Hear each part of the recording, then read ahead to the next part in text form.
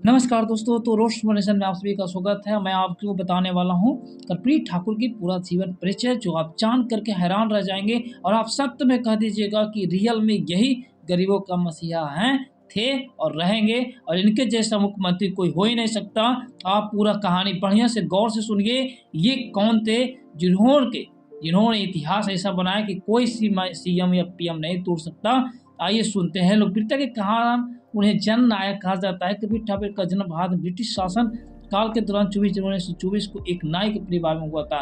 एक नाई में परिवार में पैदा हुए इंसान ने कैसे बना दिया इतना बड़ा इतिहास, किसी भी सीएम पीएम से नहीं टूटेगा इनकी इतिहास। तो सुनिएगा तो आप बिल्कुल मग्न हो जाएगा। ठाकुर का जन्म भारत के गांव पितौंजिया में हुआ था। ये जो है समस्तीपुर जिला का ही एक गांव होता है पितौंजिया, जो आज कर्पूरी ग्राम के नाम से जाना जाता है। 17 फरवरी 1988 को 64 वर्ष की एज में हो गया इनका निधन। और इनका जो ऑक्यूपेशन था, इनका जो व्यवस्था, फ्रीडम फाइटर थे, टीचर थे और एक बहुत बड़े पॉलिटिशियन थे। इनका बहुत सारा पार्टी में काफी बड़ा चेहरा रहा। सोशलिस्ट पार्टी, भारतीय क्रांति दल और जनता पार्टी के एक मुख्य चेहरा बन करके उभरे।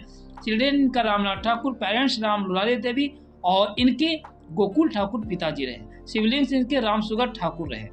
ये 2 बार बिहार के सीएम रहे, है ना। और इनके बारे में जब आप बढ़िया से जानिएगा, ये इंसान जो है किस तरीके से शासन चलाया। ये 2 बार बिहार के मुख्यमंत्री रहे। फर्स्ट फ्रॉम दिसंबर 1970 से जून 1971 तक, लगभग 1971 यानी कि 6 महीना। और दूसरा बार इन्होंने 1977 से 1979 यानी कि लगभग 2 साल के आसपास इन्होंने बिहार के राज्य को संभाले। ये जननायक के नाम से पूरे भारत में प्रसिद्ध हुए। आइए हर वो बात जान लेते हैं उन्हें ऐसा क्यों कहा जाता है। पूरी जानकारी देंगे, 100% शुद्ध जानकारी आपको मिलेगा। ये जननायक के नाम से पूरे भारत में प्रसिद्ध हुए, इसका वजह रहा है जो इनकी 4 ऐसी कहानियां जो आपको बता देगी कि इनको जननायक क्यों कहा जाता है। कर्पूरी ठाकुर 1940 में पटना विश्वविद्यालय से मैट्रिक पास हुए। फर्स्ट डिवीजन का ज़्यादा जिक्र किया जा रहा है, पर ऐसा माना जा रहा है कि फर्स्ट या सेकेंड डिवीजन दोनों में से कोई तो किए हैं, तो हम भी फर्स्ट डिवीजन ही मान करके चलेंगे, क्योंकि इतने बड़े महापुरुष थे। यदि और लोग बता रहे हैं तो चलिए हम भी यही बात करेंगे कि फर्स्ट डिवीजन ही पास किए थे। दूसरी बात है कि 1942 का भारत छोड़ो आंदोलन छिड़ गया, तो उसमें कूद पड़े। परिणाम स्वरूप 26 महीने तक भागलपुर के कैंप जेल में बंद रहे। ऐसा इंसान जो मैट्रिक उस समय पास होना बहुत बड़ी बात होती थी, उस समय पास होने के बावजूद इन्होंने अपने लिए नहीं बल्कि एक देश के लिए 1942 में आंदोलन में कूद पड़े, भारत छोड़ो आंदोलन में। ये थे कर्पूरी ठाकुर। 26 महीने के बाद जब 1945 में रिहा हो गए, तो 2 साल वो राजनीतिक दल में काम करते रहे। 1948 में आचार्य नरेंद्र देव एवं जयप्रकाश नारायण के समाजवादी दल में शामिल हो गए। सन 1967 के आम चुनाव में कर्पूरी ठाकुर के नेतृत्व में संयुक्त समाज पार्टी दल काफी मजबूत रहा और बड़ी ताकत के रूप में उभरी। नाम स्वरूप ये हुआ कि 1970 में इनको पहली बार चीफ मिनिस्टर बनने का मौका मिला, जो काफी कम समय के लिए, लगभग 6 महीने के लिए था। ये थे कर्पूरी ठाकुर। अब आते हैं इनकी सारी कहानियों के बारे में। 1977 में समस्तीपुर संसदीय निर्वाचन क्षेत्र से चुने गए और उन्होंने कर्पूरी ठाकुर के कुछ ही दिनों के बाद सीएम बना दिए थे। और उन्होंने लगभग 2 साल तक उसके बाद शासन किया। कर्पूरी ठाकुर सदैव दलित और शोषित और वंचित वर्ग के उत्थान के लिए प्रयत्नशील रहे और संघर्ष करते रहे। इन्होंने गरीबों के लिए, जो 90% शोषित वर्ग हैं, उनके लिए बहुत ज्यादा काम किया। कर्पूरी ठाकुर का चिर परिचित नारा था, 100 में 90 शोषित है, शोषितों ने ललकारा है, धन धरती और राजपाट में 90 भाग हमारा है। ये इनकी नारा काफी परिचित नारा था। इनका कहना था कि 100 में से देखा जाए तो 90 शोषित ही नजर आएंगे, उनके लिए कार्य करना। इन्होंने इनके लिए इतना जबरदस्त काम किया है, ये कुर्ता भी सही से नहीं पहन पाए, फटे पुराने कप कुर्ते पहन करके इन्होंने बिहार के राजगद्दी को संभाला।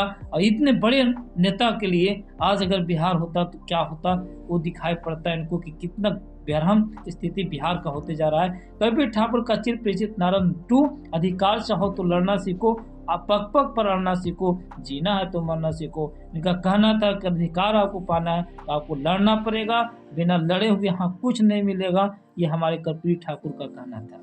मुख्यमंत्री रहते उन्होंने पिछड़ों के 12% आरक्षण दिया, मुंगेर लाल आयोग के तहत दिए और 1978 में आरक्षण भी दिया, और जिसमें 79 जातियां शामिल थी। 79 जातियों के लिए इन्होंने आरक्षण दिया था। लालू प्रसाद यादव, नीतीश कुमार, रामविलास पासवान और सुशील कुमार मोदी के राजनीतिक गुरु हैं, लेकिन शायद इनका जो राजनीतिक गुरु थे, इनके जैसा शायद स्वभाव इन लोगों का भी हो पाता। शायद मुझे तो नहीं लगता है कि इनके जैसा विचार उन लोगों का भी हो सकता है। ये तो देखने की बात है। और लालू प्रसाद यादव, नीतीश कुमार, रामविलास पासवान और सुशील कुमार मोदी जैसे राजनीतिक जो आज के राजनीतिक में शामिल है, उनके भी गुरु हमारे थे। इनको गुरु कहा जाता है, वो थे ठाकुर जी। और ठाकुर की इतनी बड़ी राजनीतिक के बाद भी बिहार की स्थिति इतनी खराब है।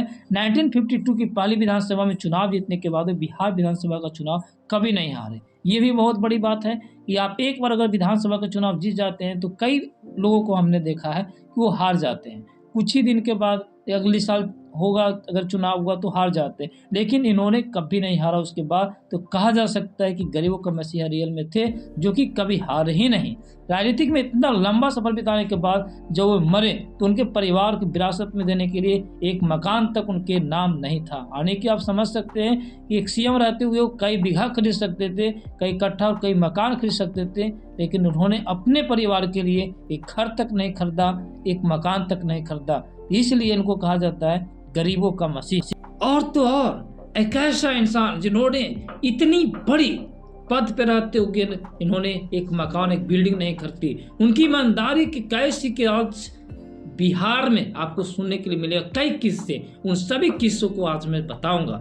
इनकी बड़ी बड़ी किस्से हैं दोस्त। इनकी किस्से जब आप सुनेंगे आप अंदर से हिल जाएगा कि ऐसा भी सीएम हो सकता है। कर्पूरी ठाकुर जब राज्य के मुख्यमंत्री थे, उनके रिश्ते में उनके बहनोई उनके पास नौकरी के लिए गए और कहीं सिफारिश किया कि कहीं नौकरी लगा दीजिए, क्योंकि आप बिहार के सीएम हैं, आप चाहेंगे तो मेरी नौकरी लग जाएगी। लेकिन इन्होंने अपना जेब से गंभीर पूर्वक अपना जेब से 50 रुपये निकाले और बोला अपनी पुश्तैनी धंधा आरंभ कीजिए और अपना कार्यक्रम आगे बढ़ाइए। वो चाहते तो उनकी नौकरी लगा सकते थे। वो इंसान इतना ईमानदार कि अपनी बहनोई तक को एक नौकरी नहीं दे पाए। ऐसे थे कर्पूरी ठाकुर। आज के मालिक तो ऐसे हैं, आज के सीएम तो ऐसे हैं कि अपने बेटे अपने पोते तक सोचते हैं वो हम सीएम बने, चाहे वो अच्छा हो या खराब हो। कर्पूरी जी के मुख्यमंत्री रहते हुए उनके क्षेत्र के कुछ सामंती जमींदार उनके पिता की सेवा के लिए बुलाया। जब वो नहीं गए तो उनको लाठी से मार के लाने का ऑर्डर दिया। वो चीज जब उनको पता चला कर्पूरी ठाकुर को, तो उन्होंने कहा कि हमारे पिताजी को तो छोड़ो, ऐसे ऐसे हजारों लाखों पिताजी के साथ हो रहा है। जो जमींदार के जो लठे थे उनको छोड़ दिया गया था, लेकिन इन्होंने एक मुद्दा चलाया कि अगर शोषित पर कोई ऐसा अत्याचार करेगा तो उसके लिए कानूनी कार्रवाई की जाएगी। उस दिन से बहुत सारा राहत मिला पिछड़े वर्ग को।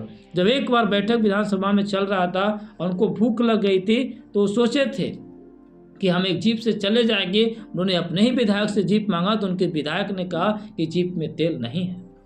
ऐसे इंसान जो कि एक 4 व्हीलर आराम से खरीद सकते थे, कहीं विधायक से कहीं उनका ओहदा ऊपर था, लेकिन उन्होंने ऐसा नहीं किया। आप सोच सकते हैं कि वो जनता के लिए क्या कर रहे थे। वो जनता के लिए 100% जनता के लिए एक नौकर की तरह काम किए, एक नौकर बन कर के जनता की सेवा में लगे रहे।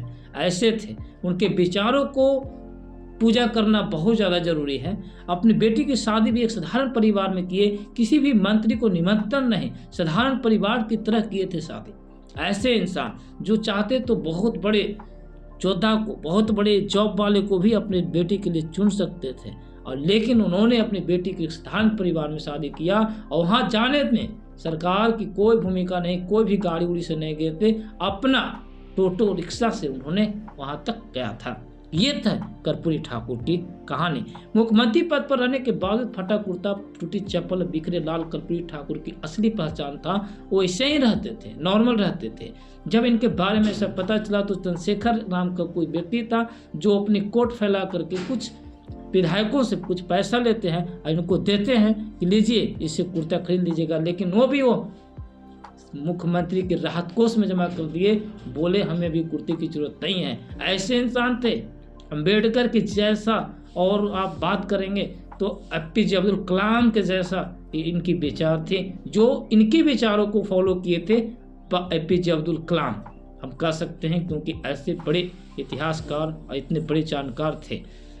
ये थे इनकी कहानी, और मैं आगे भी आपको बताता रहूँगा ऐसी कहानियाँ कि ऐसे महापुरुष भी बिहार में पैदा लिए जिन्होंने बिहार का पूरा स्थिति ही बदल दिया था, अच्छा किया था। लेकिन आज का बिहार ऐसा नहीं है, ऐसे ईमानदार लोग अब नहीं हैं, अब लुटेरे गुंडे वाली लोग शासन कर रहे हैं, जिसके कारण ऐसे लोगों को बारे में सुनाते हुए मुझे कष्ट का अनुभव होता है। ऐसे लोग बिहार के थे, जबकि आज बिहार का स्थिति गुंडे की तरह हो चुका है, स्थिति खराब है, शिक्षा बेकार हो चुकी है, आप सोच सकते हैं।